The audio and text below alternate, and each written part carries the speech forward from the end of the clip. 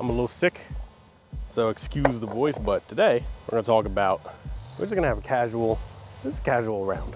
The goal is still to try to break 80, but today I'm not gonna focus as much. Oh, terrible. I'm just gonna have a casual round and we're gonna figure out where is our benchmark right now. What do we need to work on? Where are we making big mistake? The driving range right before, figure out which clubs are gonna work for me off the tee. So am I hitting my driver well? Am I hitting my 3-wood well? Am I hitting a long iron well? If none of those are working, I'm gonna just drop down to a trusty 6-iron, or maybe a 5-iron. Wow, this 3-wood is not working. My swing feels way off today. So let's kick this casual round off and see where are we losing the most shots and how can we improve and break 80. And you could probably learn something from it too, because these same things are gonna be applicable to you breaking whatever score that you are trying to break. Perfect. Good start. 118 to the front. Oh, I got a dirty club too. 118 to the front, 132 to the middle. So I'm gonna hit a 50-degree, because I know even if I hit it pretty lightly, it should at least cover the front. I think the flag is in the front, so even if I leave it short, I think it'll be all right. But I don't want to try to smash a 54-degree. My 54 goes around 115, so I need to hit it a little harder. So nice, easy 50-degree. I think it should be all right. Hopefully it was far enough. Yeah, we're just on the front. I hit a fade on that and it still went left. This is a kind of a tough putt. It's sloping downhill. Anyway, how y'all doing? Down below, what do you, I'm really hoping to get down to a single-digit handicap this fall. I think breaking 80 will put me there. Right now, I think at 12.5 in the app it says. So, that'd be nice. But how are y'all doing? What are you trying to do with your golf game this fall? Wow, you left it really short. Oh, it's not that short. It's like a 4-foot putt, but still.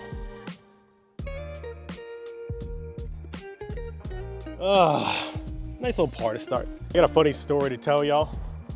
So my wife and I do wedding photography. Well, we used to, and now I have ended my business there because I'm too busy with my other business. But we do wedding photography, and I had a few weddings still booked this year. So we did one over the weekend. Damn it. Every fucking time I leave this open. It's all right. Now we know one mistake. I was hitting my 5-iron well on the range, so that's why I used the 5-iron. When the reality is, the thought that crept into my head was, don't miss left. And well, whenever that thought talks to me, I don't miss left, and I leave the face wide open. Oh, it's so far left. Oh, 2 terrible shots in a row. Back during a wedding, during cocktail hour, most of the staff members are walking around giving out plates of hors d'oeuvres, right? And for workers, such as like the DJ or the photographers, sometimes the workers are on your side and sometimes they are not. And what I mean by that is sometimes they'll give you some snacks, some hors d'oeuvres, sometimes they won't. In this instance, there were three people walking around. 2 women, 1 guy. The 1 guy, straight off the bat, hooked me up with an hors d'oeuvre.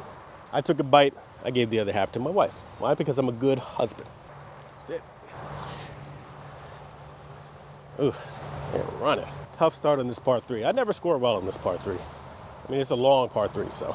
Anyway, so there's one woman who never even gives a glance to me or my wife. She is straight business of, hey, you guys working, you not getting anything. And okay, I get it, even though I don't get it, because, you know, we got to be fed when we're working. The last girl, I make eye contact, and she knows, hey, hook this guy up with some snacks. And that's what she does. No.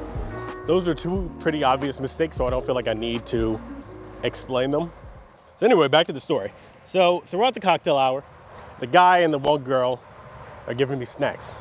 I'm giving them to my wife. We're both happy, everybody's happy, not a big deal. During the reception, I see that same girl, and she walks up to me. Oh, perfect. And she says, hey, now this was not a okay, she did say this. This is not a perfect shot. I thought it was perfect, but I guess the wind really caught it up. Somehow, I don't know, unless this is not my ball, but I'm 99% sure it's my ball. So it is what it is. Anyway, she says, hey, you're very handsome.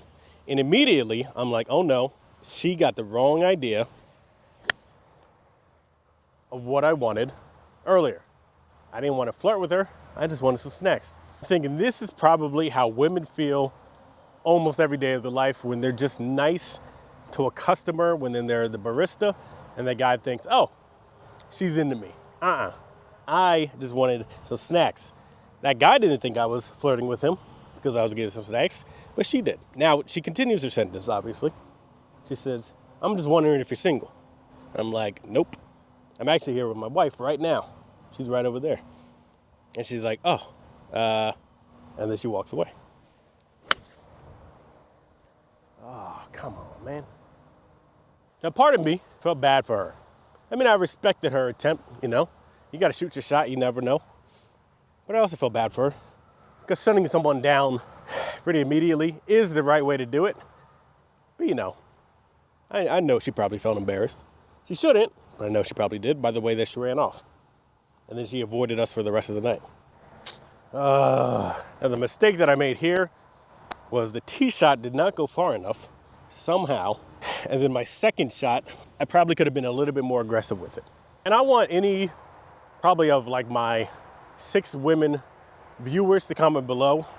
Is that what it's like just living every day for you? You know, you hold the door open for someone and they're like, hey, what's your number? You're at work, your coworker. I don't know if this is my ball. This one has a big old slice in it. Huh, oh well. That was the ball I played last hole. It was a vice, but mine did not have a big old crack in it like that.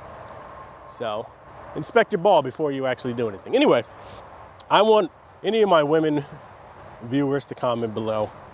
Is that what every day is like? Also, I want men to comment, what's wrong with you? You know? Not every woman that's being nice to you is trying to get in your pants. Like, I imagine being a cart girl is probably like great money, probably like okay money, like a bartender, and also pretty miserable. Pretty good. I think it's in the left rough, but I imagine it's pretty miserable. Like, I played with dudes, and I'm like, what is wrong with you? Whenever there's a cart girl that goes by, and I've seen old men, especially, when they're ahead, you know, or we're playing through, and the way that they talk to a cart girl sometimes, I'm like, yeah, it's kind of creepy, man. You know, if you give someone a compliment, that's fine. Give them a compliment. People love compliments. Depends on how you compliment them. Give them a compliment. Everybody loves a compliment. A casual compliment. Hey, man, I like your shirt. Hey, I like your hair. You look nice today. And then you go about your day. You go about your business. Don't stick around. Don't continue the conversation. Just give them the compliment, let them say thanks, and you move on. If they want to continue the conversation, they can. Most people aren't willing to continue the conversation. Offended. These long irons are getting me in trouble. It's still fine because it's a par 5, but still. Now, if you're offended by that comment, I don't know what to tell you. It's probably because you are creepy.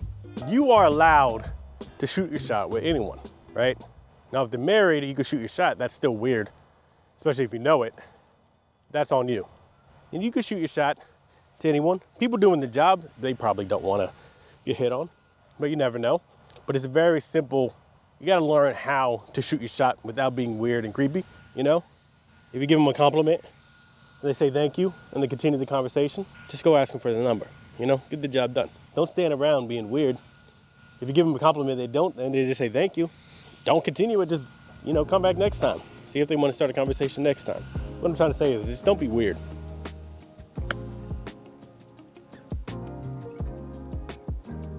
Ooh, pretty good chip. All right, I need to focus up for this birdie chance. It's like 5 feet. Shouldn't be too bad. I think it's pretty straight. You know that level of sickness where, especially during COVID, you would get sick, you got like a little bit of a brain fog and you like feel like you really can't focus too much? That's kind of what it feels like right now. Like, I feel like trying to focus is like when you're trying to start a car up and it's just, I mean, I have a Tesla, so it doesn't do that, but you know, back in the day, it would do that. That's kind of what my brain feels like right now, where it's like trying to start up, but it's just not doing it. Ooh. Easy. Even with a messed up 4-iron. Oh my God. I gotta clean these grooves out of my, you got an 8-iron. Well, this is a good 8-iron distance. As long as I focus up, spin on that thing, you know? Now, I can almost guarantee you that the cart girl and the bartender, the barista at the coffee joint, they are not flirting with you. Now, of course, I've been 20 before, right? Back in the day, not that long ago. I've been there. She's being nice, and you're thinking, oh, she's flirting with me. You gotta snap out of it because you realize she's just trying to get a tip, and not your tip. I didn't catch that well.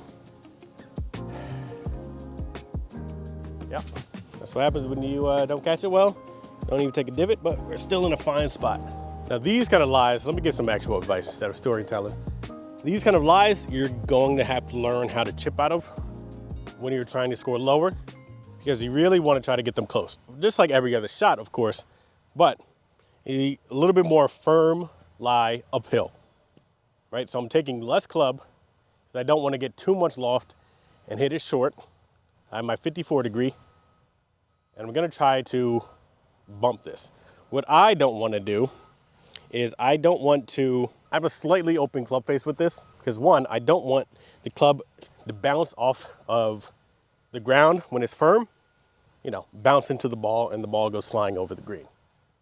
And I don't want to get too under it as well and just have it slide under, especially because there's a little bit of rough, but it's mostly firm. So I'm really going to I'm not going to try too much to play with the slope. I'm going to actually try to hit into it a little bit more, hit down into the ball a little bit more.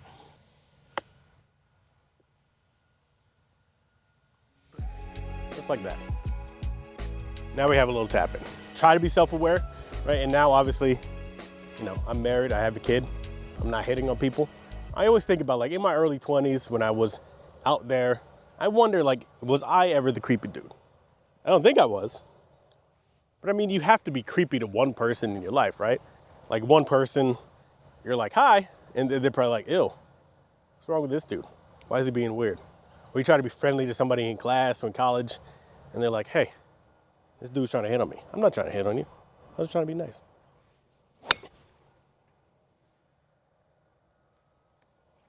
Good drive. I've been trying to keep my driver swing fairly light, not going for it at all, and it's been working out, so let's keep on doing it. Now they got people to the left working on things, and I'm trying to not kill somebody today, so I don't know what I should do at this point, but I'm gonna hit the ball anyway. I'm just gonna aim for the bunkers if I go in the bunker. You know, it is what it is. But I would prefer not to try to kill somebody. So if you hear me scream 4, you know something went wrong. And I got about 140 left to the front. I'm gonna pitch a wedge. I don't think I hit it far enough, but. Oh, I did. Oh, looks pretty flat. So I'm gonna play it pretty straight and try to actually get it to the hole this time. Nope. All right, Tony, you gotta be a little bit more aggressive. Into the wind. This is a long one. I'm just gonna play this as like a par 5, I guess. Another perfect drive. Now these drives are stopping pretty much as soon as they land. Like the pitch marker's over here and the ball's here because it's so windy today. So even a 250 drive into the wind, I'll still take. If it was firm out here, it'd be rolling out a lot more, but you know, it is what it is. Anyway, my 5-iron, my 4-iron has not been working. I have 209 to the front. I'm not gonna try to go for it. I'm just gonna try to keep it in play in the middle of the fairway. I'm gonna hit a 6-iron, and hopefully we have a small chip on where you can get up and down. I did not hit that well, but it's in play. Oh, don't roll in the rough. Apparently none of my irons are working. So what was the mistake on this hole? Well, obviously that last shot. Now we have another 40-yard chip, which thankfully I've been getting practice today because my approach shots have been pretty bad. That's all right. When you have a tough, long, very long par 4, 458 yards, I mean, you really got to hit a really good drive, and then you really have to hit a good approach shot, which into the wind is going to be very hard to do. So you know what? You take it as a par 5, and you move on with your day. Oh, pulled it.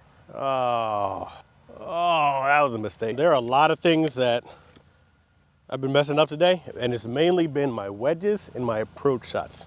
Unless I have like a short iron in my hand, anything above like a 7 a day is not working for me. I'll figure it out, but it's something to take note of. I need to focus a little bit more when I have one of those clubs in my hand, especially in the rough. The rough is pretty thick here, so it's not, you know, you can turn off your brain and think, and when you're sick and I can't focus, it's making it even harder. So I gotta focus up a little bit more. Let's see if I can start that engine. Oh, God. All right, 3 mistakes right there. It's all right. We're using this as a learning experience for future golf.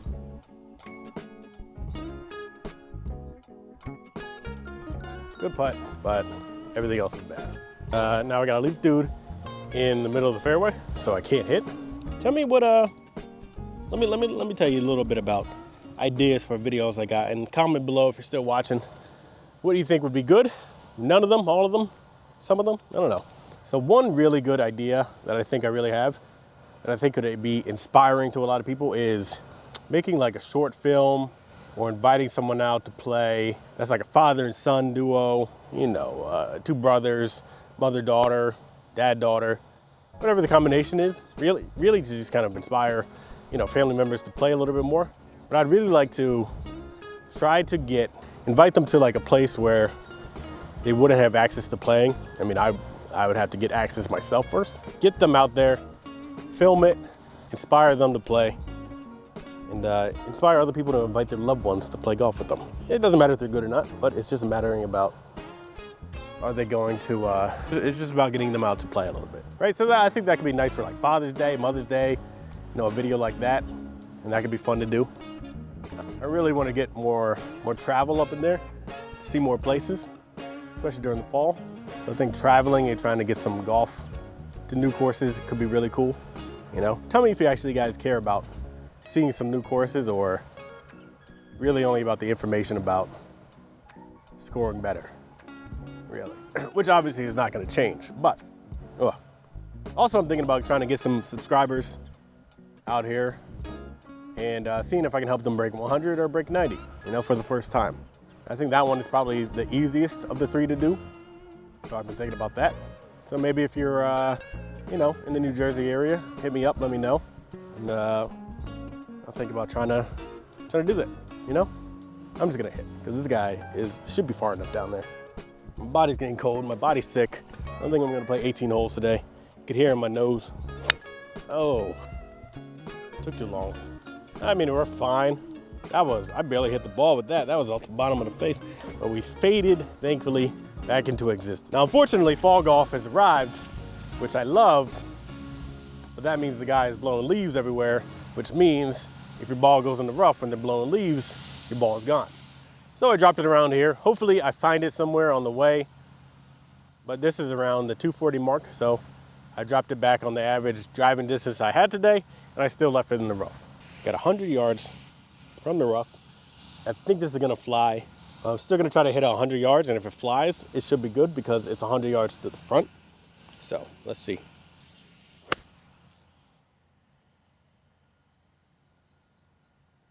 Yep, we're good. Turns out we're not good. I always think that bunker is literally on like the green, but it's not. There is probably around 30, 20, maybe 20 yards between the green and that bunker. So I was aiming for right over that bunker, which I hit, but I forgot there's more distance after it. Anyway, that's on me. A lot of people, I feel like for these shots, it is probably best to take out your putter. But if you saw the previous video, if you go back, I hate these kind of shots because I don't know how to judge my strength for how much in between here, the fringe and the green is. So I just learned how to chip these. And there's 2 ways. There's a golf sidekick way, which I like a lot.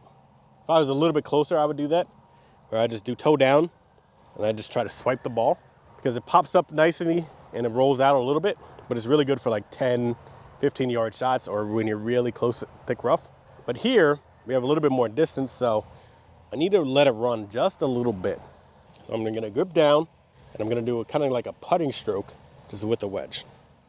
Oh, you see it's like into the grain a little bit. My club caught That's too much. It's fine.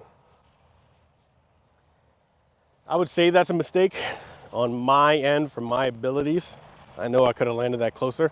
What I should have done in reality is probably open the face a little bit so it pops up a little bit higher, or pull out the 60 degree, but I haven't used the 60 degree all day, so I didn't want to pull it out now.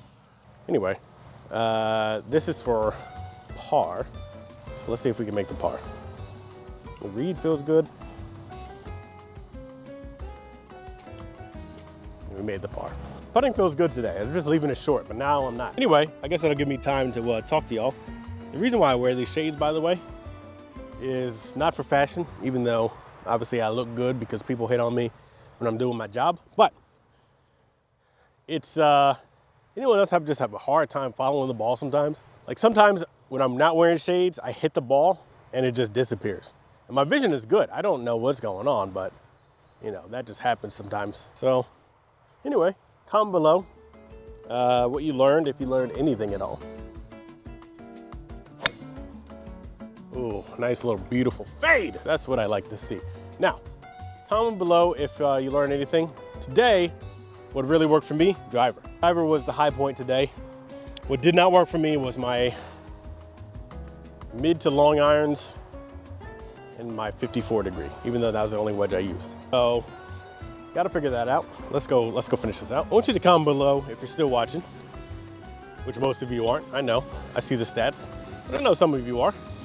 What score are you trying to break, and what are the biggest mistakes that you make while trying to do so? Damn it.